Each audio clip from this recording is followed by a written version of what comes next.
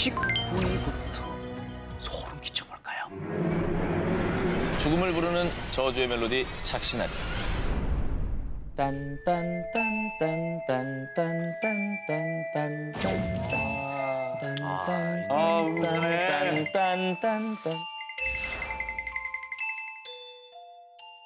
제목 그대로 영화의 주 사건은 주인공들이 전화를 받으면서 벌어집니다. 그런데 대체 누구한테 오는 전화냐? 바로 나 자신.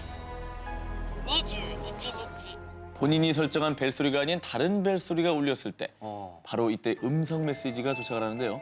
그 음성 메시지를 재생하면 자신이 죽는 순간의 소리를 미리 듣게 되는 겁니다. 뭐야?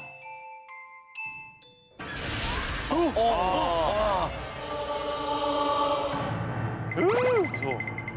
자, 그렇다면 착신아리 속 귀신은 대체 누굴 타겟으로 삼느냐? 휴대폰 속에 연락처 리스트가 쫙 저장이 돼 있죠. 그중에 랜덤, 아무나 これどこのですか 운이 나쁘면 다음 타자가 되는 거죠. 그런데요, 이 영화 착신아리를 더 무섭게 만든 건 뭐니 뭐니 해도 사운드.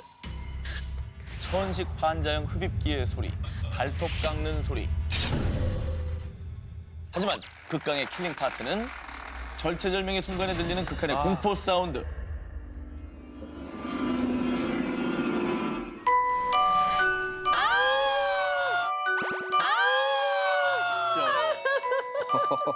진동으로 해놓랬잖아. 아 이게 되게 무서운 소리가 아닌데 그게 아닌데 너무 막 그 상황이지. 오싹오싹하게 하는 게 있어요. 맞아. 아유 진짜. 자꾸 주변을 자꾸 쳐다보게 되네요, 진짜 그 뒤를. 이게 무슨 일이 막 일어날 것 같은 그 전조가 그렇죠, 느껴져요, 그렇죠. 이 음악을 들으면. 자, 남양 특집 1탄 혼자 봐도 혼자 같지 않은 공포 영화 19 18위 공개합니다.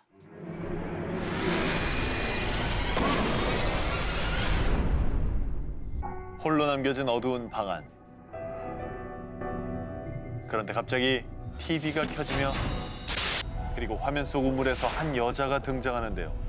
눅눅하게 젖은 듯 습기 가득한 몸이 가까워지더니 기어코 TV 밖으로 그리고 온몸의 관절을 꺾으며 당신의 숨통을 조여옵니다. 아우, 저 봐봐. 야, 좀 몇 번씩 봐도 저거는 어휴.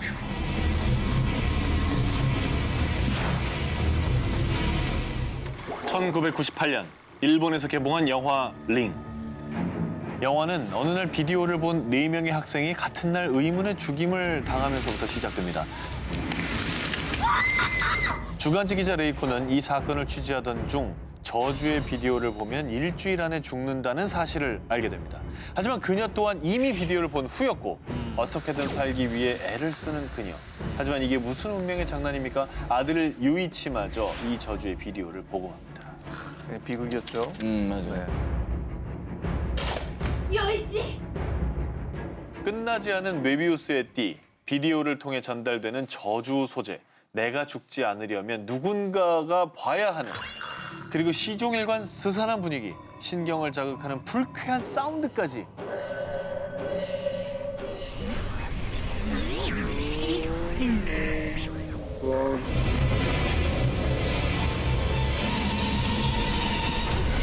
그 어떤 귀신이나 살인마보다 영화 링 속의 사다코가 센 이유, 세상에서 가장 느린 귀신입니다. 맞아요. 가장 슬로울리한데 공포감 조성은 최고.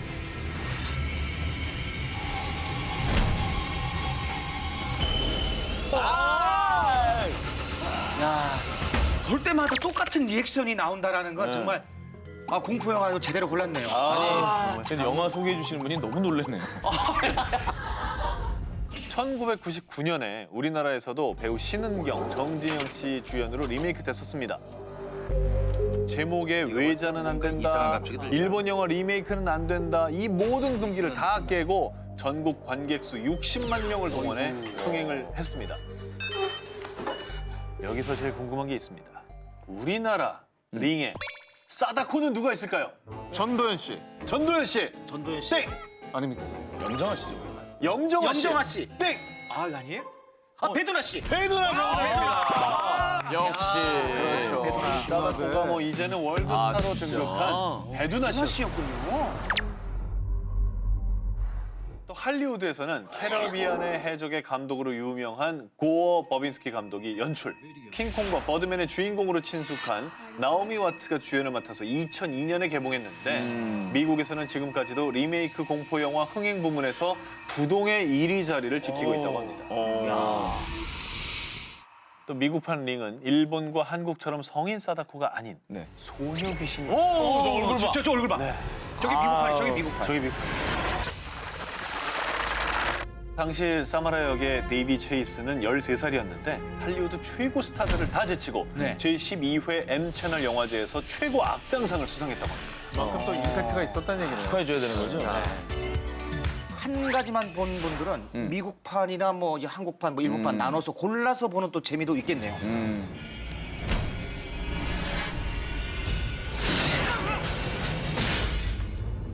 남양 특집 1탄 혼자 봐도 혼자 같지 않은 공포 영화 19, 16위 공개합니다.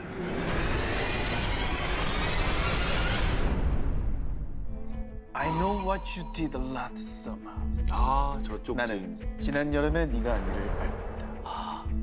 이 영화 너무 재밌어. 잘 만들었어. 90년대 티네이지 호러의 선두주자를 맡은 이 영화. 제니퍼 러브 휴잇과 라이언 필립을 스타로 등극하게 만든 공포 영화인데요. 옛날 배우들이다. Oh my God. 고등학교를 졸업한 뒤 젊음에 취해 고속도로를 질주하던 4명의 친구들.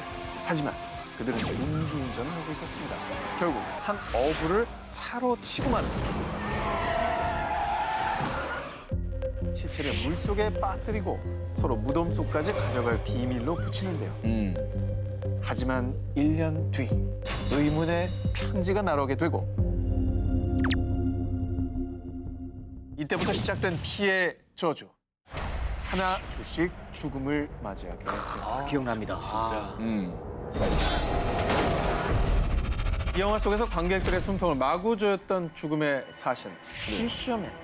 이 이름답게 어부들이 입는 비옷에 또 갈고리. 그렇죠. 자, 수산시장에서 생선 꽤나 찍어 올렸을 것 같은 서슬파란 갈고리 손을 장착. 자, 그리고 정적을 깨고 그림자처럼 쓱 나타나요. 뒤에서 나타나서 그야말로 날카로운 갈고리를 무자비하게 휘두르는 살인마 피셔맨입니다. 피셔맨은 아직도 당신이 지난 여름에 한 일을 기억하고 있을 겁니다.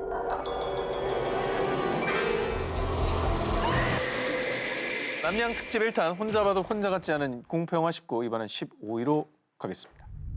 김. 나올 때 됐죠. 아닙니다. 헬로 김기영 씨. 주호. 제이호로의 진수죠. 영화 주원입니다. 오. 야, 확대하니까 이게 보인다. 그러죠. 아. 눈동자 안에 아이가 있어. 여기 밤잠 설치기 하는 한 여자가 있습니다. 그리고 자꾸 이불 속으로 들어오는 한 아이도 있고. 아우, 좋아. 저 당시 영화 보면서 영화 보고 난 다음에 침대에 들어가서 괜히 한번 들춰보게 맞아, 만드는 맞아. 그거. 네. 아, 예전에는 무서운 영화 보면은 이불 뒤집어 쓰고 잤잖아. 그걸 못하게 한 거야. 그걸 못하게 한 그것도 거야. 못하게 그걸 못하게 한 거야. 끔찍하죠. 남편에게 억울하게 죽임을 당한 카야코는요. 집에 지방령, 집귀신이 돼서 수틀로 그냥 다 죽여버리고 말. 그래서 원한을 푸는데요. 그렇죠. 자, 핏줄이 도드라진 저 눈빛, 무참하게 찢긴 얼굴, 일그러진 근육 하나하나가 미세하게 움직이는 그녀.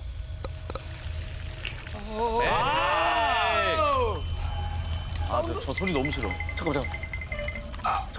나 지금 뭐 움직이는 거야. 그리고 이 장면도 빼놓을 수 없는 거예요. 아, 계단 맞아. 아,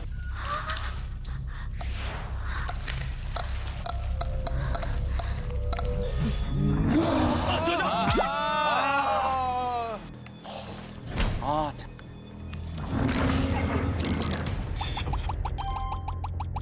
귀신계의 모전자전 그 엄마의 그 아들이 보여주는 극강의 공포. 자, 오늘 토시온의 집에 당신을 초대합니다. 남양 특집 1탄 혼자 봐도 혼자 같지 않은 공포 영화 19. 14위 공개해 주십시오.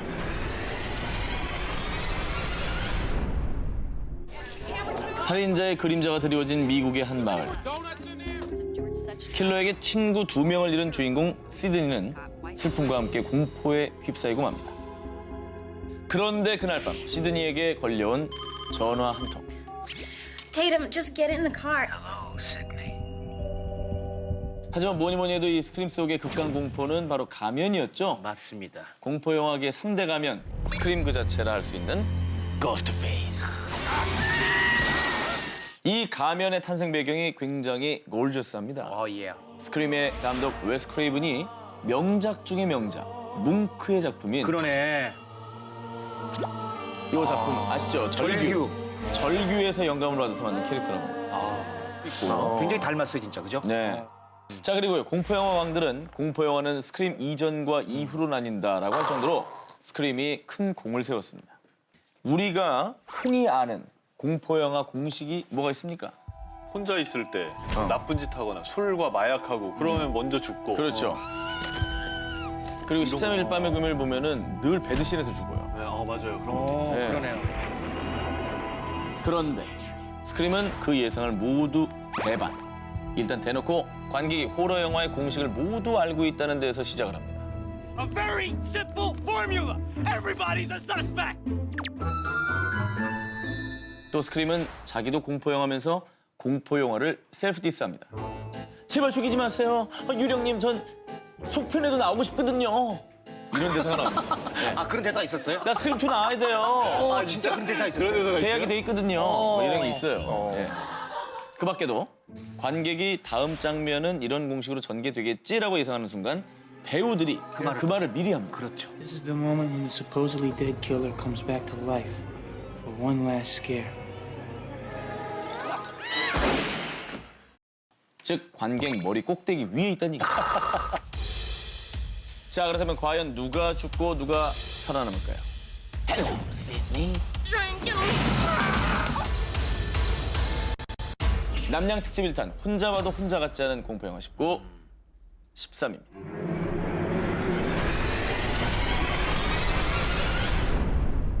하나, 둘, 프레디가 다가온다. 셋, 넷, 대문을 잠가라. 9, 10, 잠들지 말고. 1980년대를 공포로 물들인 영화 나이트메어인데요. 화상당한 얼굴을 중절모로 가리고 손에는 무시무시한 면도날을 장착. 그리고는 사람들의 꿈속에 나타나 잠자리 꽤나 뒤숭숭하게 만드는 희대의 살인마 프레디 크루거. 그냥 쌩 나쁜 살인마 불사신 프레디는요. 꿈과 현실 아주 시공간을 초월하며 잔혹한 살인 행각을 벌입니다. 이게 정말 무서웠던 게 꿈에서 살해당하면 진짜 현실에서도 맞아요. 죽는 거니까 너무 무서운 거다. 그렇죠. 네. 당시 이 영화를 본 관객들은요. 이 영화 보고 잠들기가 두려웠다. 프레디한테 쫓기는 꿈까지 꿨어. 라고 할 정도였다고 합니다. 자, 그리고요. 이 나이트메어를 통해서 진짜 대할리우드 스타가 데뷔한 사실 혹시 아셨나요? 영상에서 찾아보세요. 누가 데뷔를 했다고요, 여기서? 누구겠어요? 조니 뎁? 조니 데뷔죠. 맞죠? 조니 뎁. 네, 너무나 애띠죠. Yeah, out here at Barry's. 원래는 조니 데뷔의 꿈이 락커였는데 네. 지인이었던 배우 니콜라스 케이지의 권유로 어쩌다 오디션을 받고 그게 바로 이 나이트메어였다고 합니다. 또 참 데스티니인 게 웨스 크레이븐 감독은 원래 조니 뎁을 발탁할 생각이 없었대요. 그런데 그의 13살 딸이 조니 뎁의 사진을 보자마자 픽을 한 거죠. 딸의 픽이었어요. I love you anyway. 아니 그런 적 없어요. 현실에서 막 벌어진 거예요. 꿈을 꿨는데 꿈이면 이제 없어져야 되는데 예. 이 얘기를 참 제가 초등학교 3학년 때 가족끼리 한 방에서 같이 자고 있었어요. 그래서 근데 갑자기 제가 이게 공중에 이게 붕 뜨는 거예요. 이렇게 뜨면서 거짓말처럼 천천히 뜨는데 식구들이 얼굴이 다 보이는 거예요. 네. 유체이탈. 그럼 본인도 보였어요, 본인도? 내가 내 얼굴 무서워, 보니까 무서워. 그러니까 이게 목소리는 또 안 나와요. 내가 막 소리를 지르는데 가위 목소리가 눌린 거지.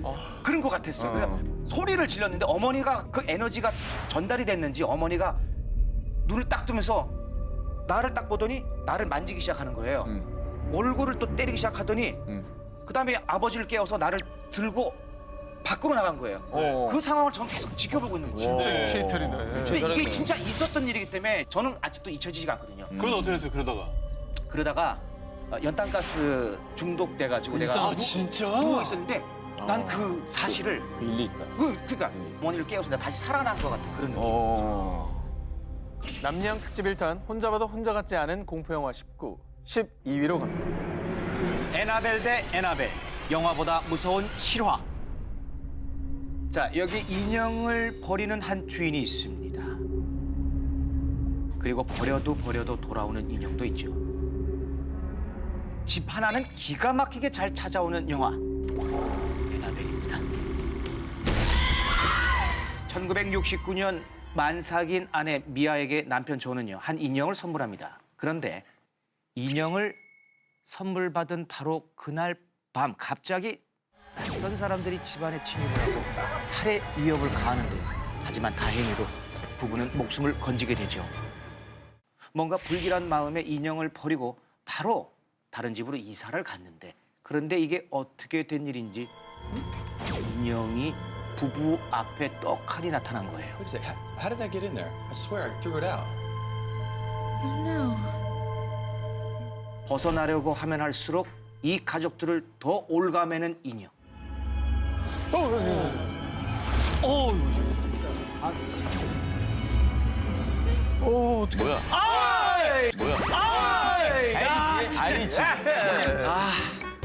이 영화가 더 공포스럽게 느껴지는 이유가요. 실제 사건을 모티브로 했기 때문입니다.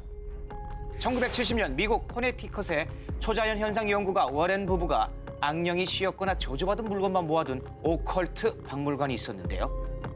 이곳에 끔찍한 저주와 함께 봉인되어 있는 에나벨 인형. 에나벨이 이곳에 오게 된 이유는요. 워렌 부부의 말에 따르면 1967년 미국 뉴욕에서 7살의 에나벨 히긴스라는 소녀가 강도에 의해서 잔인하게 살해가 됐는데요. 이후에 이 인형을 소유한 사람들은 의문의 공격을 받게 됐다고 합니다. 그래서 마지막에 이 인형을 가졌던 사람이 초자연현상 연구가 워렌 부부에게 도움을 청하고 결국 봉인을 한 거라고 합니다. 그 뒤에 인형의 저주, 영화 에나벨이 탄생되죠.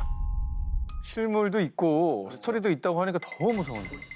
지금 이 시간에도 미국 코네티켓의 한 박물관에서 순진무구한 얼굴로 핏빛 저주를 품고 있는 인형 에나벨. 함부로 그 봉인을 풀지 마시기 바랍니다.